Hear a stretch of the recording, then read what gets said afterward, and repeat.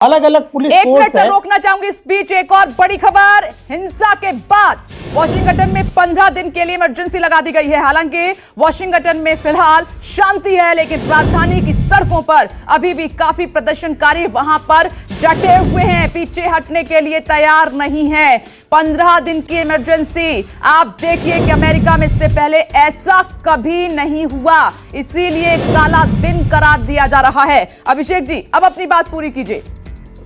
तो जो national guard है उसकी कैपेसिटी नहीं है कि वो हजारों लोग को डील कर सके। उनका काम जो होता है अमेरिका में, जैसे आप देखते हैं कि अलग अलग पुलिस फोर्स है, अलग जैसे इंडिया में भी है कि पार्लियामेंट की सिक्योरिटी किसी और पुलिस फोर्स के हाथ में है, लोकल पुलिस अलग है, तो यहाँ अलग अलग है। और जो नेशनल गार्ड जो वहाँ पे फोर्स है, कैपिटल हिल की जो पुलिस है, उसके बस में नहीं है कि वो हजारों लोगों को कंट्रोल कर सके, इसीलिए वो लोग नहीं रोक पाए और तुरंत उनको फिर लोकल पुलिस के साथ कोऑर्डिनेट करना पड़ा। और जब लोकल पुलिस भी सब नहीं कर पाई, संकेत तो 3 नवंबर से ही मिल रहे थे और उस लिहाज से सिक्योरिटी वहां पर बहुत टाइट रहनी चाहिए थी। मैं लौटूंगी, अब मैं सतीश जी आपके पास आ रही हूं। सर देखिए, अमेरिका में 3 नवंबर को राष्ट्रपति चुनाव के बाद जिस बात का डर था सर, वही हुआ।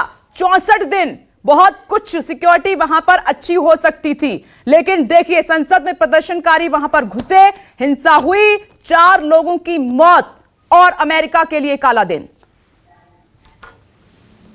आप बिल्कुल सही कह रही हैं, ये अमेरिका के लिए काला दिन है।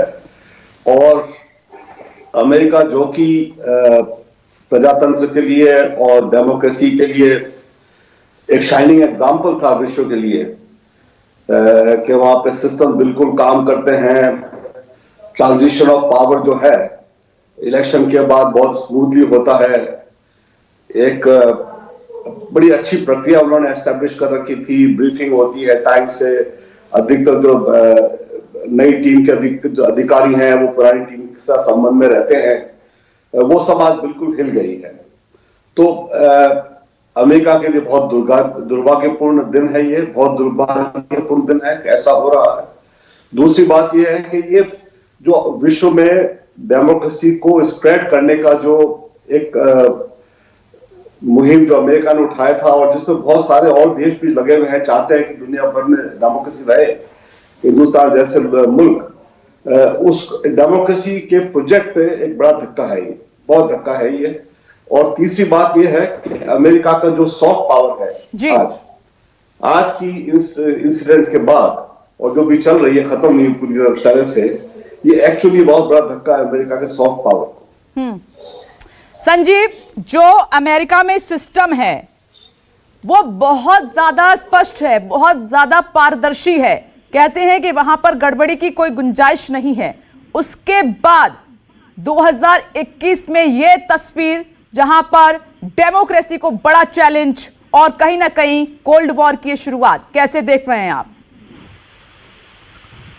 देखिए, अमेरिकी चुनाव तो अपने आप में एक मॉडल होता है और वो ऐसा नहीं है कि एक दिन में लड़ा जाता है, और उसकी प्रक्रिया जो है एक्चुअल चुनाव से काफी पहले शुरू हो जाती है। मेलिंग वोट्स होते हैं, जो लोग बाहर रह रहे होते हैं उन्हें वोट करने का अधिकार होता है, फिर वोटिंग डे होता है, वोटिंग डे के बाद जो काउंटिंग होती है और जो नतीजे सामने आते हैं उसको सर्टिफाई करने के लिए एक और बैठक होती है, जो कि दिसंबर के महीने में हुई थी, इलेक्टेड की बैठक होती है। और आखिर में जाकर के वो बैठक है जो कि 6 जनवरी को बुलाई गई थी, जिसमें देश के उपराष्ट्रपति सेनेट और हाउस ऑफ रिप्रेजेंटेटिव्स के प्रतिनिधियों के बीच बैठ करके उस रिजल्ट को सर्टिफाई करते हैं और उसके 2 सप्ताह के बाद फिर एक्चुअल ट्रांसफर ऑफ पावर होता है। यानी कि चेक एंड बैलेंस की बहुत सी व्यवस्थाएं हैं जिसके तहत ये अमेरिकन प्रेसिडेंट के इलेक्शन होते हैं और फिर वह अमेरिका के राष्ट्रपति बनाए जाते हैं।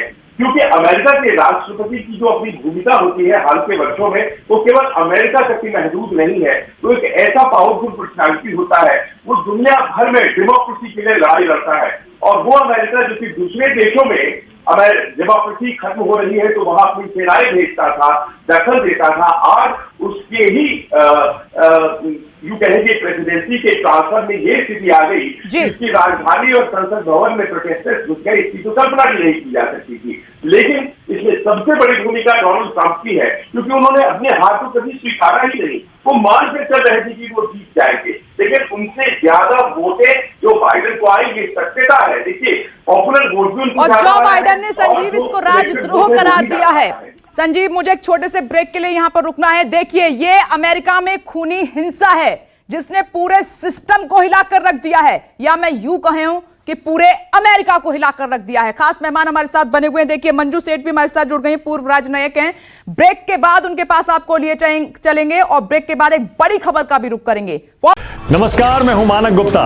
अगर आपको हमारा ये वीडियो पसंद आया हो तो इसे लाइक और शेयर जरूर करें, और हां, हमें सब्सक्राइब और फॉलो करना ना भूलें ताकि आप देश और दुनिया की कोई खबर मिस ना करें। तो जुड़े रहिए हमारे साथ और देखते रहिए News 24।